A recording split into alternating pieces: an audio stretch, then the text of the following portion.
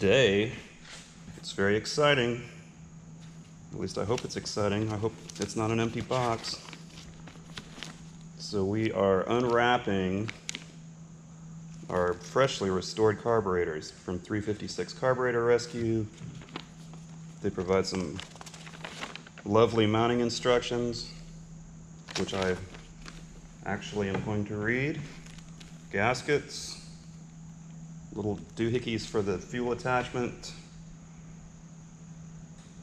So they're recommending blue Loctite on the mounting nuts to ensure that it stays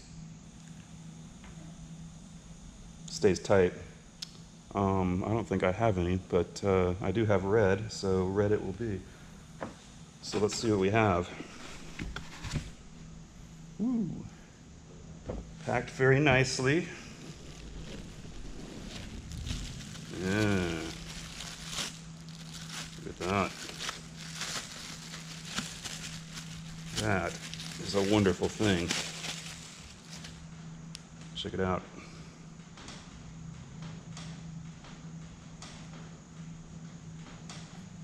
Yeah. That is going to look wonderful. Sitting right over there on the engine. So let's get to work. Let's get these installed and we'll take a look.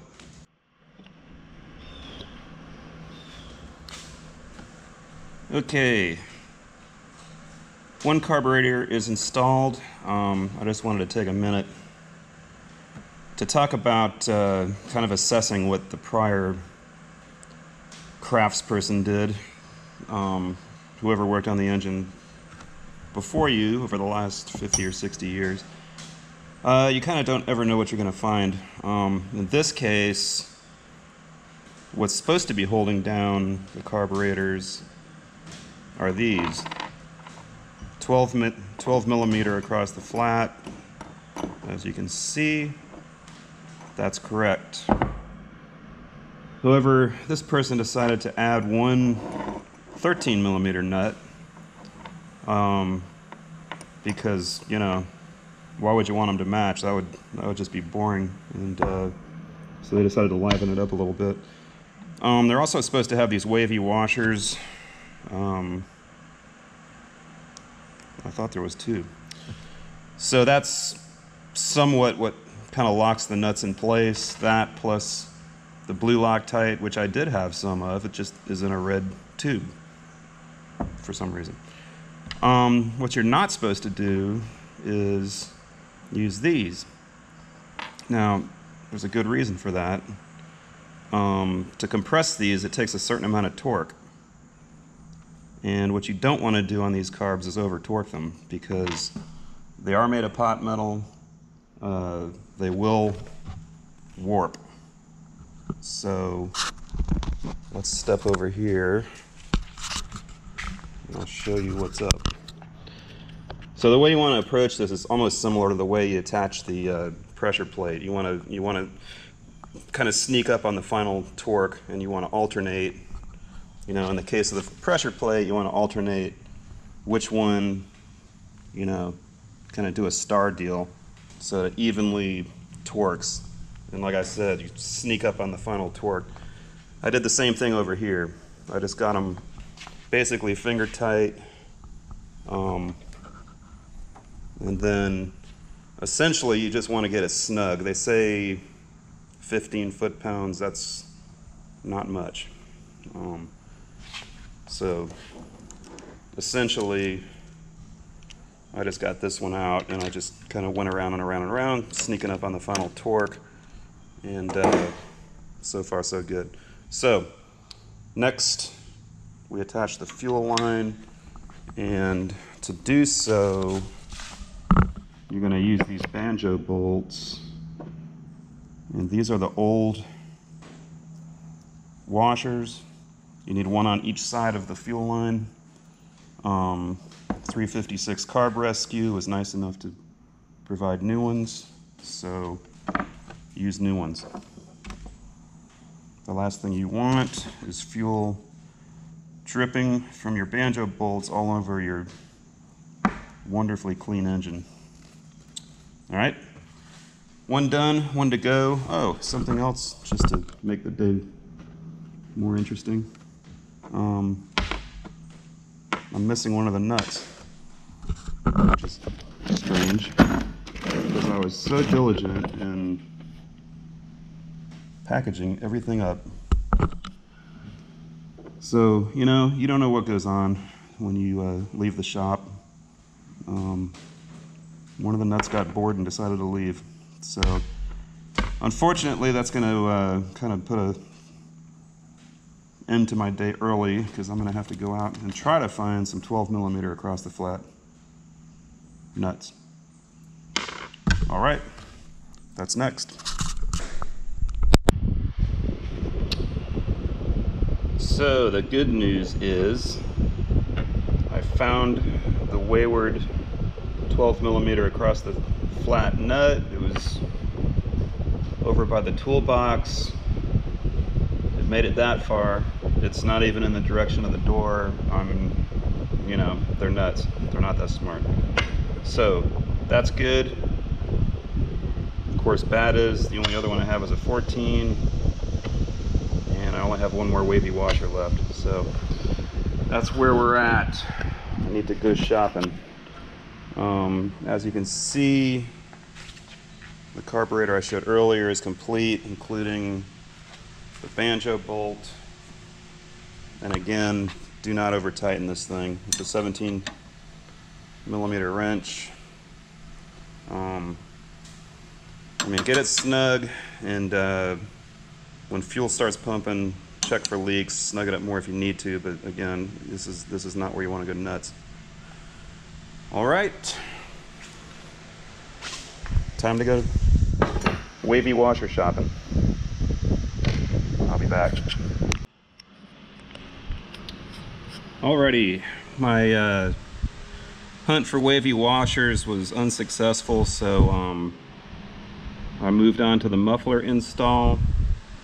Really not as bad as I expected it to be, given that, again, with this European heating system, you end up with 4 inputs to the muffler instead of the usual 2. So it's a matter of lining the 4 holes up. So the way I handled it was to put a jack on one side to get this side level over here, and then lifted up the other side and got those started onto the exhaust pipes, got the muffler input started on the exhaust pipes, and then just used a nice persuader that you can see maybe under there on this lower shelf, and a piece of wood, and kind of just knocked it home.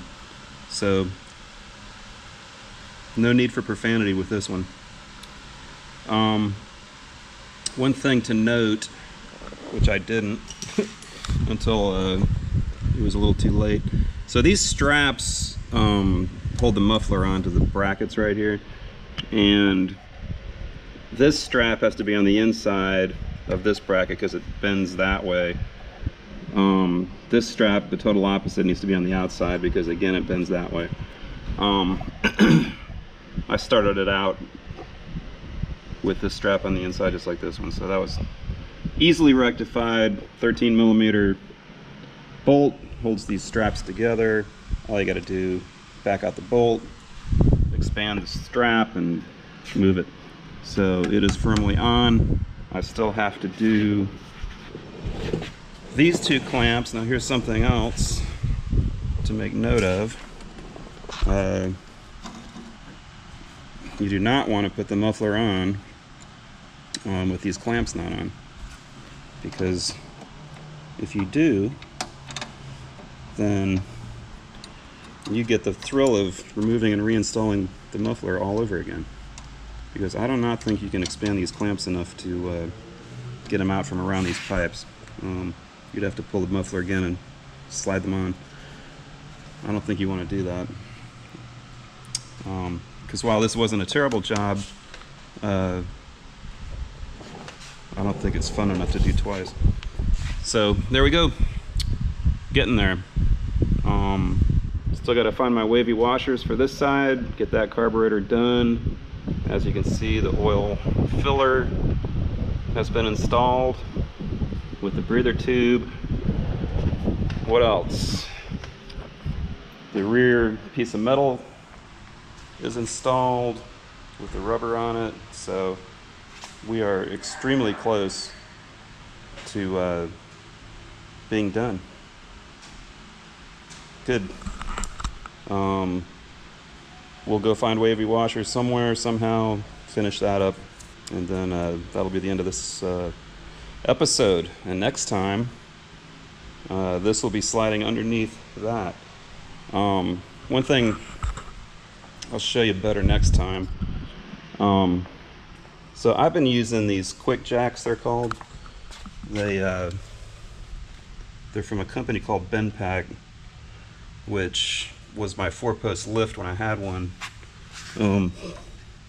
back in Raleigh, which I don't anymore, and I really miss them. But these things work pretty good. I mean, the downside of these is that they block access from the side of the car. So really good for getting the car up, you know, a couple feet. There's the hydraulics right there. And so for a job like this, or a job where you just need to get the wheels off the ground because you're doing brakes or whatever, they work pretty good.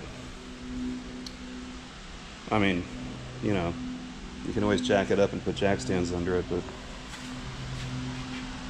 why not do something cool? So we'll see that in action next time. Until then.